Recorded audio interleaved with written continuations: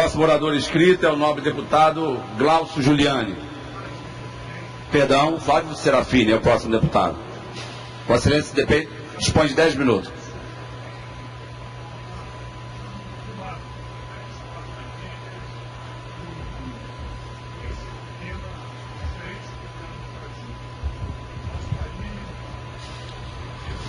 Boa tarde, senhor presidente. Boa tarde, demais deputados.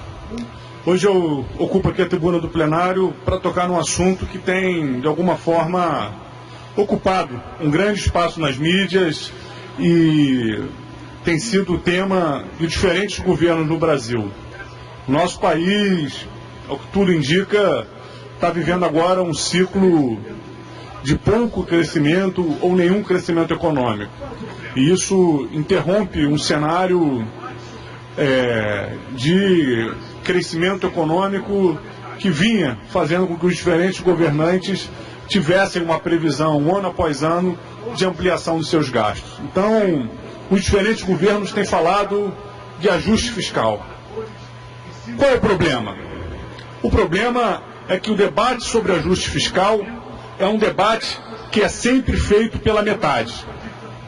E nas propostas que têm sido apresentadas pelos governos, o corte tem sido feito sempre em cima do lado mais fraco, em cima dos trabalhadores, em cima daqueles que têm rendimentos mais baixos. No governo federal, a gente tem um orçamento que 42% dele é comprometido com a dívida pública. Isso não se discute. Afinal de contas, o dinheiro da dívida pública é destinado aos banqueiros e nesse dinheiro não se deve mexer.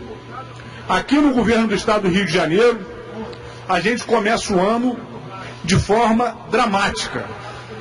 É importante que fique claro, vivemos hoje uma crise nos serviços públicos do estado do Rio de Janeiro. Estamos todos mobilizados, todos com a atenção voltada para o que aconteceu com os trabalhadores do Comperj ontem, terceirizados da Petrobras, de uma empresa controlada pelo governo federal. Mas temos que falar com clareza. A situação dos trabalhadores terceirizados do estado do Rio de Janeiro é a mesma. A gente hoje viu no RJTV a matéria falando sobre o repasse das merendas.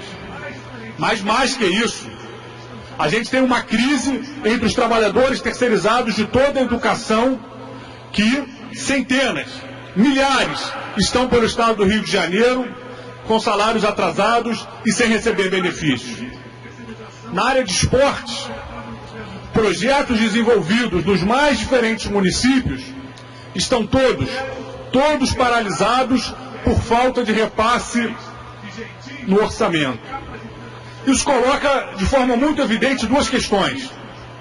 Primeiro, o fracasso da política de terceirização que tem sido implementada no governo do estado do Rio de Janeiro, como em boa parte dos governos nacionais.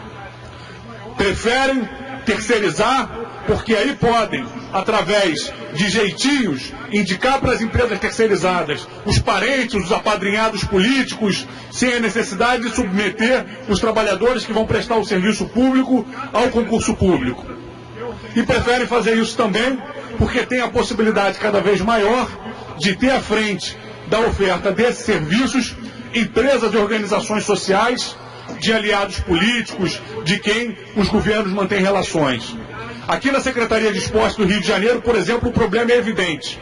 Cada secretário que entra quer contratar novas organizações sociais para prestar serviços à população. Então, cada troca de secretário significa uma interrupção nos serviços prestados, significa milhares de trabalhadores sem receber salários e dezenas de milhares de pessoas sem dispor dos serviços públicos. Mas essa crise fiscal, ela está além dos atrasos dos pagamentos nas empresas terceirizadas. Essa crise que está tomando hoje conta do estado do Rio de Janeiro, por decisão política do governador Pezão, tem se desdobrado em cortes de verbas para áreas essenciais. São menos 400 milhões na educação, menos 500 milhões na saúde. Só nas universidades estaduais é um corte de 144 milhões. Então, o que a gente está assistindo?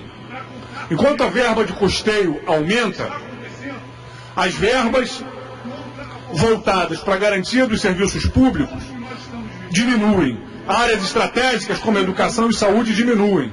Como se os nossos hospitais, como se os nossos serviços de saúde tivessem alguma margem para contar com menos recursos. O que está acontecendo é um crime contra a população mais pobre. E o ano que nós estamos vivendo é um ano que se inicia com a marca da crise, não só no governo federal, mas também no governo estadual.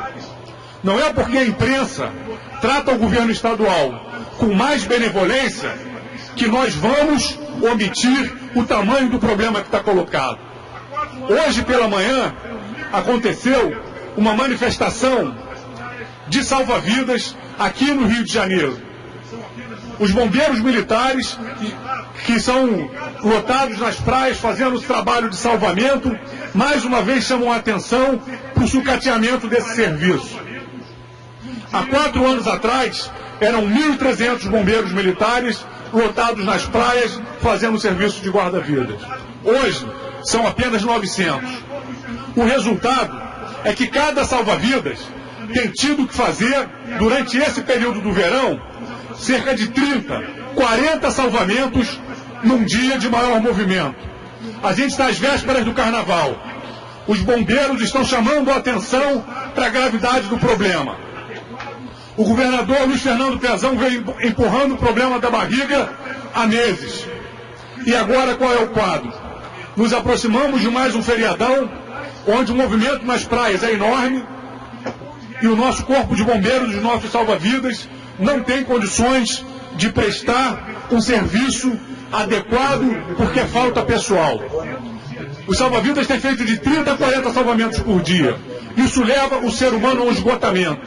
A gente viu há cerca de 1 ano atrás o caso de um bombeiro em Belém que depois de realizar 80 salvamentos morreu afogado. O que a gente está vendo no Rio de Janeiro é que essa realidade está acontecendo no dia a dia.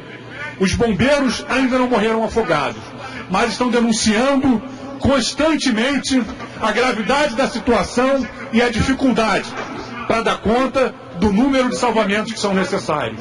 O que é isso? Isso é uma opção política. Isso é uma opção política do governo Pezão, que prefere cortar gastos de áreas fundamentais para o atendimento à população e preservar seus acordos políticos, com um secretariado cada vez mais inchado, com o endividamento do Estado comprometendo cada vez maiores parcelas do orçamento, por um modelo de desenvolvimento que prioriza o grande empresariado com isenções fiscais, com facilidades, mas que deixa em última instância, em último caso, a oferta de serviços essenciais à população. Resgato mais uma vez o caso da UERJ, que teve cerca de 100 milhões de reais cortados para o orçamento desse ano. Universidade estadual que tem um papel estratégico na produção de ciência e tecnologia em nosso estado, de conhecimento, e que no ano passado teve que antecipar o encerramento do ano letivo por falta de dinheiro para pagar as prestadoras de serviço. Se as nossas universidades estaduais estão em crise, se a gente não tem condições de oferecer segurança nas praias, que é o principal atrativo turístico do nosso estado, se a nossa educação está em crise, se a nossa saúde está em crise, e se o governo Pezão inicia aprofundando o mesmo modelo, o que a gente tem? A gente tem um Estado em crise em decorrência das próprias opções do nosso governo. Nós, pessoal, queremos dizer o seguinte: o debate da necessidade de cortar gastos é um debate muito delicado. Nós, do PSOL, temos uma posição clara a favor da austeridade, mas da austeridade que corta regalias, da austeridade que corta daqueles que querem privilégios do setor público, dos grandes que querem grandes isenções fiscais, dos grandes que querem grandes salários, que querem mordomias. Mas nós somos contra medidas de austeridade que cortem na carne dos trabalhadores, dos assalariados, que deixem desesperados centenas, milhares de trabalhadores que estão sem receber salários. Essa é a nossa posição. E a nossa posição sobre a austeridade fiscal sobre o ajuste de contas que o governador Pezão quer fazer é corte dos seus acordos políticos, corte daqueles que têm mordomias, reveja as isenções fiscais daquelas empresas que lucram bilhões no nosso Estado, mas não corte dos trabalhadores, não corte da educação, não corte da saúde, não corte do serviço de salva-vidas e do corpo de bombeiros, não corte daqueles serviços que são essenciais para que a nossa população viva bem. Nós vamos fazer uma oposição acirrada ao corte de recursos nas áreas estratégicas do Estado do Rio de Janeiro.